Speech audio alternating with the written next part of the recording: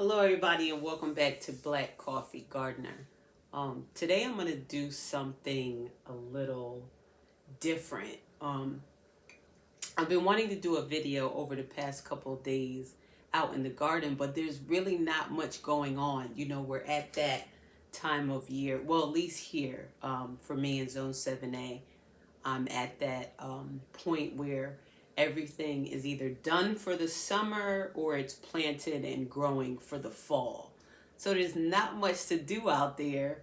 But in order to get my video fix in, I said, let me do something inside. Let me show everybody what I have going on inside of the sunroom.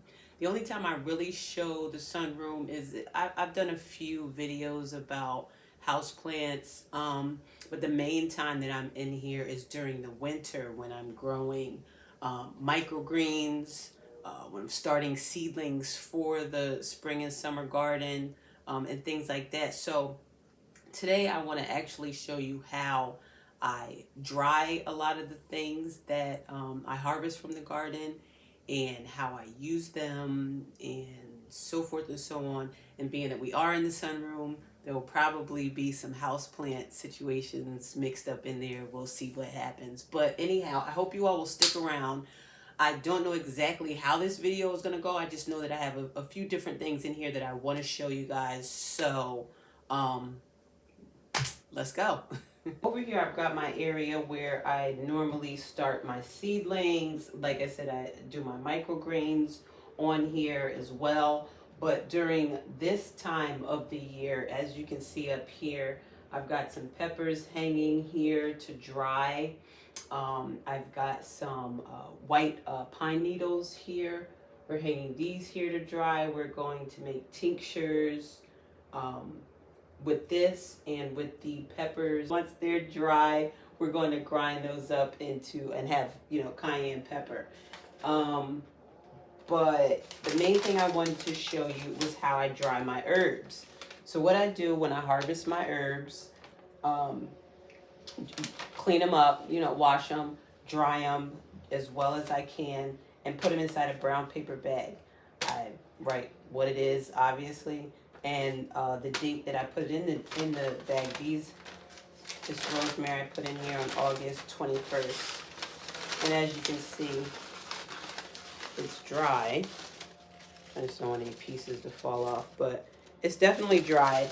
So now I can take that, crush it up, and use it in my Italian seasoning blend, or sometimes I put it in tea. Rosemary is really good in tea. Whatever it is that you would like to use it for. For those of you all that know, I make my own seasoning blends, and a lot of let me turn this camera around for a minute. All right. So a lot of the blends that I make are actually made in-house or were made in-house first. So for instance, my ancestor blend, I grow my own peppers for the paprika that's in that blend. The peppers, the cayenne that's in there, I use fish peppers.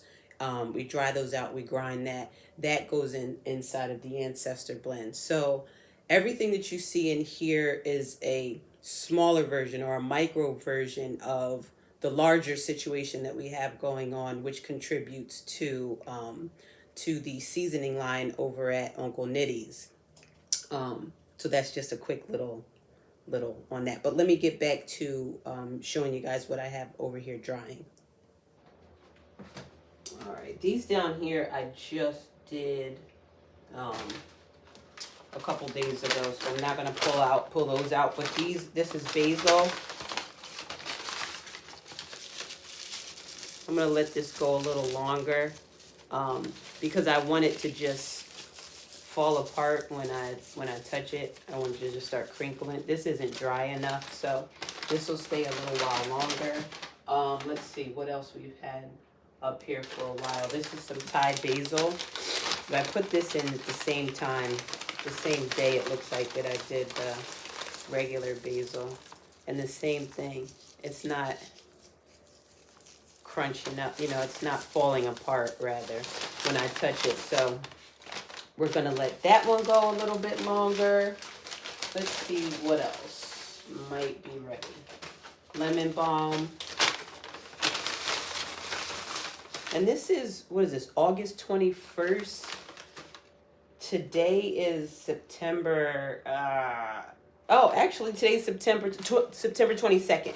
So these have been in here for a month. Let's see what this is doing. Now see this one, that's crunching up a little bit the way I want it to, but I'm gonna let this dry a little bit longer. So I prefer to use this method sometimes, and I left this one over here just because I knew that I was doing this video. Sometimes I just tie a rubber band around them and just let them sit around and dry. This is oregano. The only thing I don't like about doing it this way is dust. Dust is inevitable. You know, it really doesn't matter, you know, how clean you are, how much you dust, and all of those type of things. It's going to settle on your herbs. And I'm not really interested in that, so that is why I don't do this method. This was just something really quick, you know, that I did, and I just brought it in here and hung it up. So it is what it is. But and the same with this. You know, I don't prefer, put it that way, I don't prefer to dry things unless they're covered. I like the paper bag method. And then also the thing with the paper bag method is they're reusable. You know, so when I get more rosemary, as I cycle this rosemary out, harvest more rosemary and put it in, just change the date. That's what works for me. So that is my drying method to my herbs. So I'm wondering what some of you all do with your herbs other than use them for tea blends and seasoning. So if anyone wants to leave anything new and exciting down in the comments, that'd be great. But other than that, for me, like I said, I use them to make seasoning blends, and I also use them for tea, definitely. Oh, let me show you guys. Okay.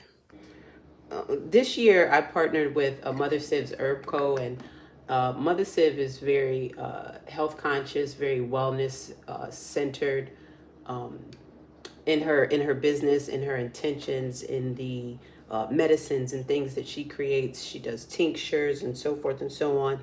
But these are some of the tea blends that we tested out with her based on things that we grow in the garden. So if I can get a good look, get you guys to see how amazing these tea blends look. This is peppermint, lemongrass, fennel from our garden, and then it also has ginger, hibiscus, and green tea in here as well. And this is an after dinner tea focused on reducing bloating and just some of the after effects you feel if you've eaten too much, maybe if you've eaten the wrong thing, your stomach is a little upset or whatever. This is a blend that we created specifically for that. She also created this respiratory tea. I did a video earlier in the season about allergies and just wanting to be in the garden without sneezing all over the place and just all of the issues that come with the discomforts of respiratory issues, asthma, so forth and so on. So she created this blend here. Once again, ingredients straight out of our garden. The chamomile, spearmint, the eucalyptus, the sage is all from our garden. But then she also has mullein and once again ginger in here. And I don't know if this is showing. I really hope this is showing up. I should have turned the camera a different way, but look at that. Oh, so delicious. And this right here, it tastes so good. So like if I know I'm going out in the garden, it's a hot, you know, I already see the pollen flying all over the place or whatever. I drink a cup of this. That in conjunction with the allergy spray that she curated. Oh man, good times. One more thing that I want to show you guys. For those of you houseplant lovers, you know, you really have to find what works for you when it comes to your plants. You really have to have a relationship with your plants and do what works for you and it, and not go according to what everybody on YouTube or any other platform tells you that you have to do. And I say that because I was repotting. This plant here had just grown so huge that I wound up taking it out of the pot it was in, and it turned into 7 different plants. I didn't have enough pots to repot everything in, but I did have a bunch of coffee mugs. So what I did was I put a little soil in the coffee mug. I put the plant in, and I mean, it was such a small little piece, but I didn't want to let it go. So I put it in there, and it's not anything I forgot about because I've watered it. It was just, oh, I got to put that in a pot with a hole in it and drainage holes and all those type of things. I've never gotten around to it. And you can't really see, I don't think, in this video how tall this thing is, but it has taken off from the small little thing that it was here all the way into this. No drainage holes, just minimal watering and a little bit of light. You go, girl. So not everyone needs drainage holes. Some people can survive in an old dollar store coffee mug. And this was the second thing that I wanted to show you. Pay no mind to everything else in the background. But this here, let's start up top. This monstera here, I had to take this out of the pot that it was in. I mean, the thing was huge, but the problem was it kept getting mealy bugs, and I just couldn't get to the source of it. So I broke her down into what is now, I think, 7 different plants.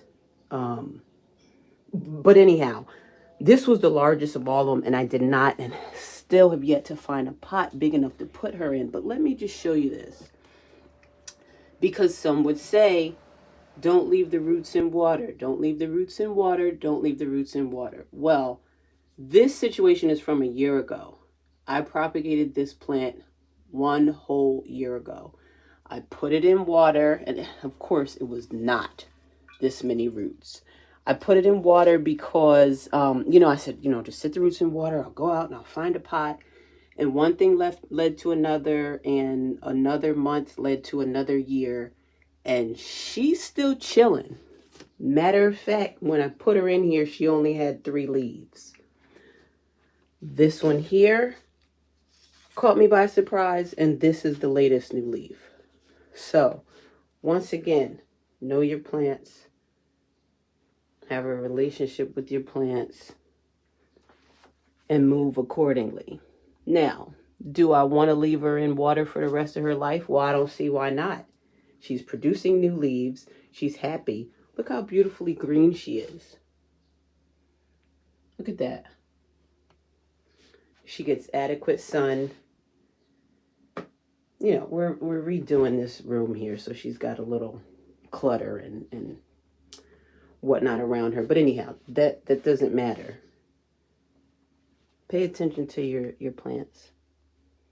You don't always have to listen to what other YouTubers say, because sometimes even we don't know what we're talking about. Thank you guys for tuning in. In the next video, I'm going to be cleaning out these garden beds. As you can see here, I've got jalapenos that are way overripe. We've got some purple peppers over here still growing, but I doubt we're going to get anything else. Peppers over here still growing.